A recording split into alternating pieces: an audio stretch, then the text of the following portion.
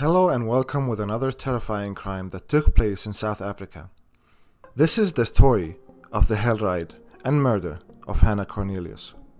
When Hannah Cornelius and Cheslin Marsh pulled up to the parking lot outside of Cheslin's apartment complex on the morning of May 27, 2017, they had no idea their lives were about to change in the blink of an eye. The two had been out with friends the night before, and Hannah kindly offered to give Cheslin a ride home. As they sat in the car laughing and chatting, nothing seemed out of the ordinary, and it was just another moment in their daily lives. But in just 13 short minutes, their world would be changed forever.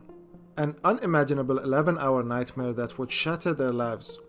6 minutes after first pulling into Cheslin's apartment complex, surveillance footage captures 4 suspicious men walking down the road. Suddenly, one of the men crossed the road the moment he spots Hannah's vehicle. As the other men began to follow suit, a stroke of luck, or perhaps fate, intervened. Another vehicle pulled up at the very moment and dropped off a woman at the same apartment complex. This caused the 4 men to divert their attention, and they actually walked past Hannah's car instead. A short while after they passed Hannah's vehicle, 2 of the men are seen returning to the car, and the other 2 joins them a few seconds later. With a screwdriver in hand, one of the men forced his way to Hannah's side of the car, while the other one approached Cheslin's side with a knife.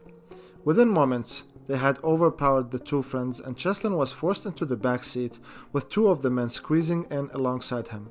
The other 2 men dragged Hannah into the cramped space between the 2 front seats while they got into the front of the car, and started demanding that she hand over the keys to her vehicle.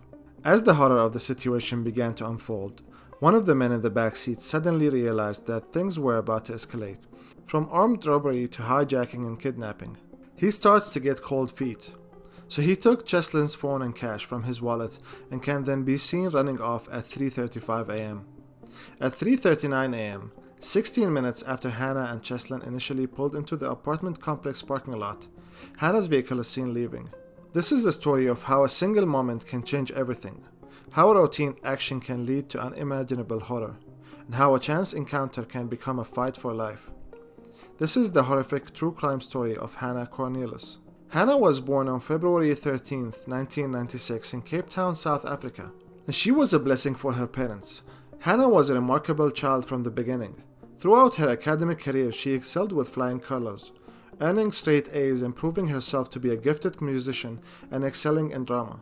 But it wasn't just her impressive accomplishments that set her apart. Hannah was a well-rounded and mature individual beyond her years, taking on a leading role in her family and fiercely protecting her younger brother who suffered from severe autism. With a heart full of compassion and a spirit of excellence, Hannah was truly a daughter any parent would be proud of. Hannah was also not the typical South African citizen. In a country where the vast majority of people scrape by on less than $200 a month, Hannah was born into a family of privilege. Her father was a prominent judge in Cape Town, while her mother ran a thriving law firm. To say that the family was well off would be an understatement. Yet despite growing up with wealth and privilege, Hannah never let money or material possessions define her values. She was a rare soul who judged people not by their income, race, religion, or background, but what was important to her was their character. For Hannah, what mattered the most was how people treated one another and the kindness they showed to the world around them. When Hannah turned 18 and ready to start university, her parents were ready to give her the gift that every teenager dreams of: her first car. But for Hannah, this milestone wasn't about status. She didn't want a flashy, expensive ride that would turn heads. Instead, she had her heart set on something with a different kind of value: her grandmother's old 1984 Volkswagen Golf. To anyone else, it might have seemed like an odd choice for a young woman of means, but for Hannah, the decision was a no-brainer. The car represented a connection to her family, a symbol of love and wisdom that had been passed down through generations. University life was everything that Hannah had hoped for. She was thriving academically, making new friends, and discovering herself. But it wasn't all work and no play for Hannah. She loved the social scene too, and often frequented the local bars with her friends. The night of May 26, 2017 was no different. Hannah and her crew descended upon a nearby bar, eager to let off some steam after a long day of classes. Here they had a few drinks and just enjoyed everything the social side of college life had to offer. It's also at this bar that Hannah ran into Cheslin March, a guy she didn't know too well, but they had mutual friends and ran into each other at campus quite often. Cheslin was at the same university as Hannah, and although he had a much more modest life than her and didn't come from a wealthy family, he had a strong moral compass and was deeply religious. It wasn't hard to see why Hannah had an instant connection to him and how they immediately became friends. During their time at the bar, Hannah and Cheslin spoke for a while, and at some point during the evening, she invited him and his friends to join her group of friends at their table, and they all had a great time. At around midnight that evening, Cheslin was ready to call it a night, so he told the group that he was ready to go home. His friends, however, weren't really ready to end the night just yet, and they convinced Cheslin to stick around a bit longer and join them on a quick visit to the boys' dorm, which he agreed to. Cheslin was glad he stayed. The night turned out pretty fun and he got to know Hannah and her friends a bit better. Time basically flew by, and before they knew it, it was now 3 a.m. and Cheslin realized that it was time to say goodbye. Unlike his friends who were lucky enough to reside in their cozy dorms, Cheslin lived roughly 6 miles away. As Cheslin was saying goodbye, Hannah asked him how he was getting home, and he told her that he would be using his trusty longboard. He always carried it around with him, and it was his go-to ride, especially when exploring the small campus town. Despite Cheslin insisting that he would be fine making the journey home, Hannah refused to let her friend travel 6 miles on a skateboard in the dead of night, knowing the dangers of the quiet, winding roads at the time of the night.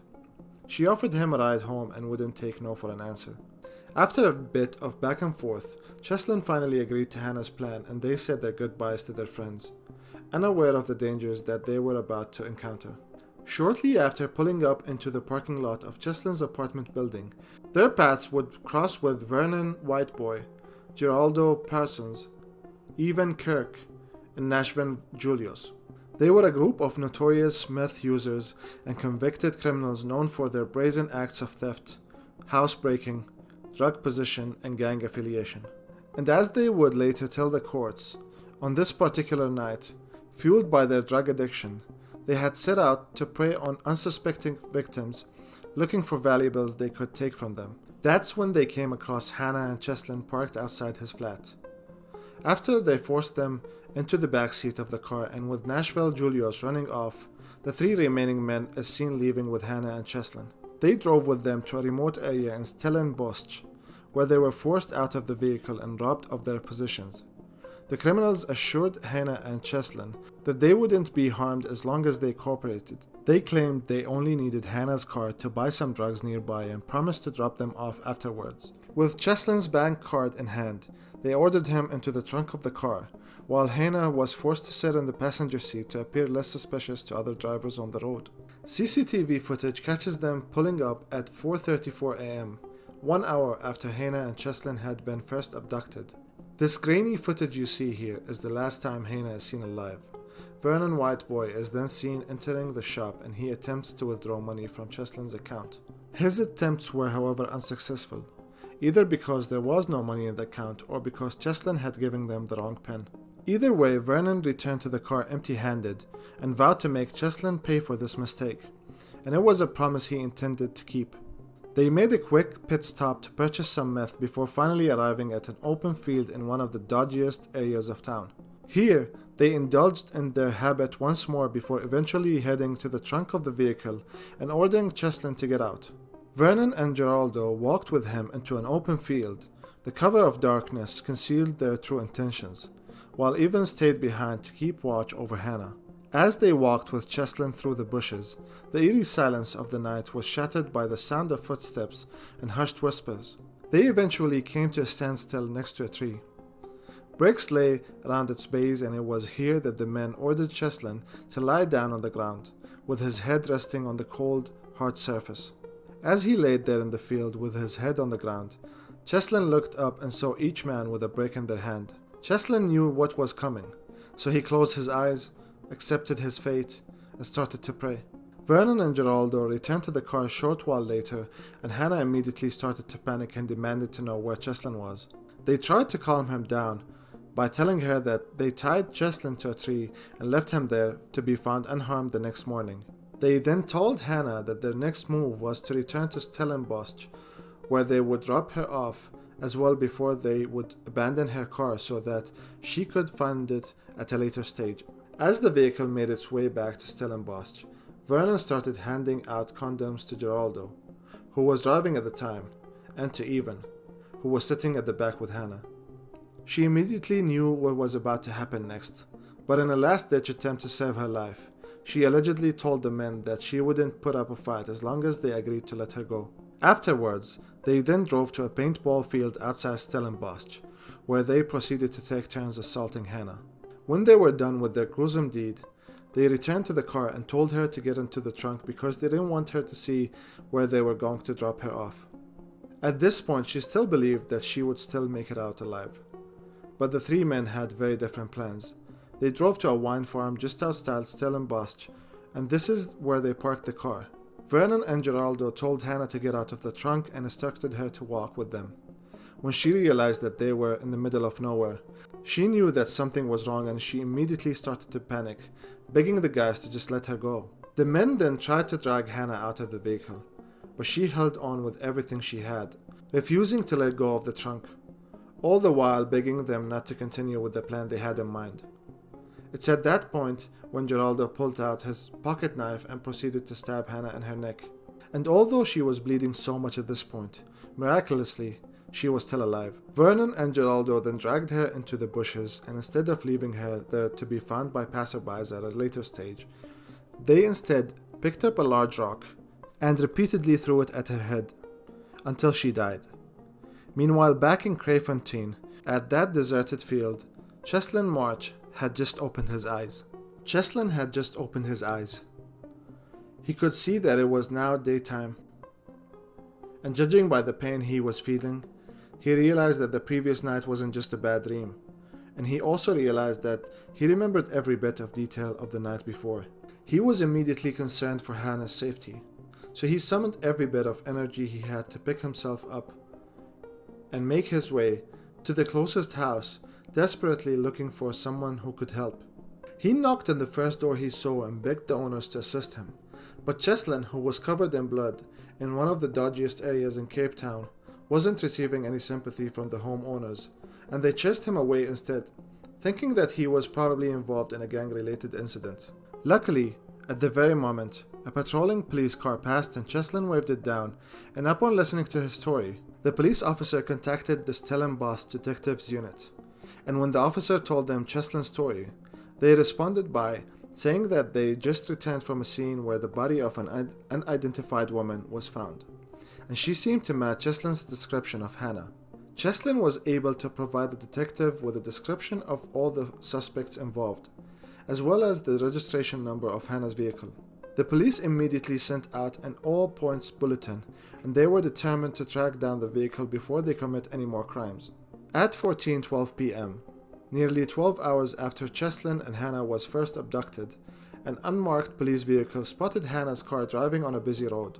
The detective immediately called for backup. The other police officers arrived a short time later, and after Geraldo spotted the police lights in his rearview mirror, he tried to speed off and a car chase ensued.